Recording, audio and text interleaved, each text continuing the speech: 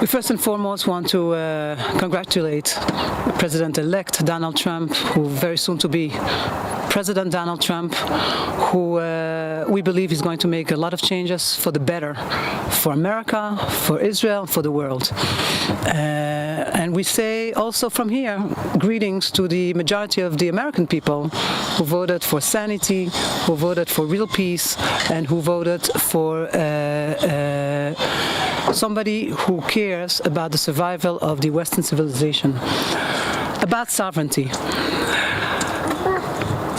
Already in 1967, when we won the war, we should have applied Israeli sovereignty over all those areas that we liberated, which is our God-given biblical heartland, Judea, Samaria, Jerusalem.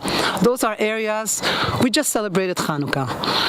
Hanukkah, the holiday of Hanukkah, already in BCE, 145 BCE, there was a Jewish kingdom here, way before, hundreds of years before Islam was invented, before Christianity was invented. We were here, a Jewish kingdom in the heart of Judea, in Judea and Samaria. There was a Jewish flourishing kingdom, a flourishing Jerusalem.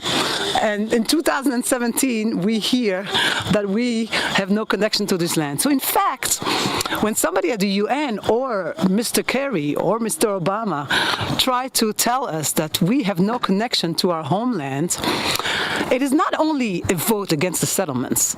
It is really trying to disconnect the connection between the Jewish people and its homeland, the land of Israel.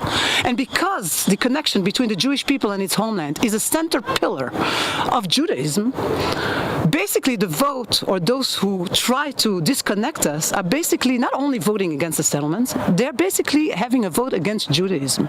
So this was really when Minister Ayelet Shaked said it was an anti-Semitic vote or statement.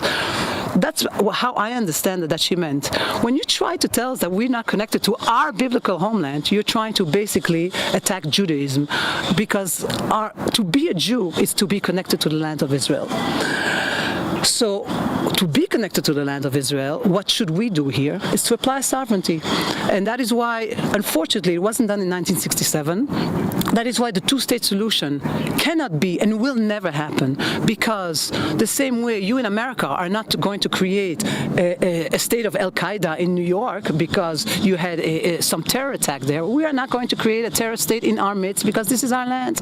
And that is our main argument. This is our land. And in order to show that this is our land, we have to apply sovereignty. Our movement, Women in Green, has been pushing for the application of Israeli sovereignty. We are so thrilled to see that a large majority of the ministers in this Israeli government are in favor of the application of Israeli sovereignty over Judea and Samaria.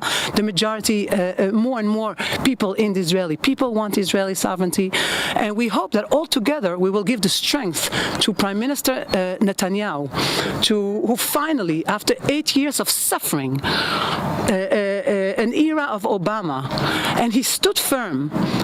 Bibi Netanyahu stood firm against Obama in the Iran deal, and he prevented the creation of a Palestinian state, because let's us all remember that the first person who wrote a book against explaining why the Palestinian state would be the destruction of Israel was Bibi Netanyahu in his book, explaining why we cannot create a Palestinian state.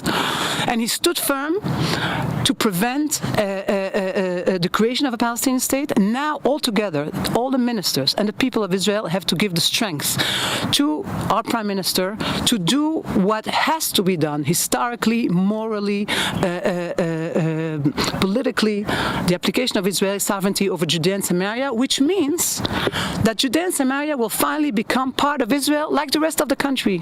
And I have a little secret to tell you. A lot of Arabs also want so. They're not going to tell you that now, because they might be beheaded if they say so on camera. But it will be better and good for everybody here in the area. The creation of a Palestinian state is the end of Israel. That's not going to happen. We are here 750,000 Jews, and we are going to bring more Jews, and we are here to stay forever because this is our homeland. So what's the alternative?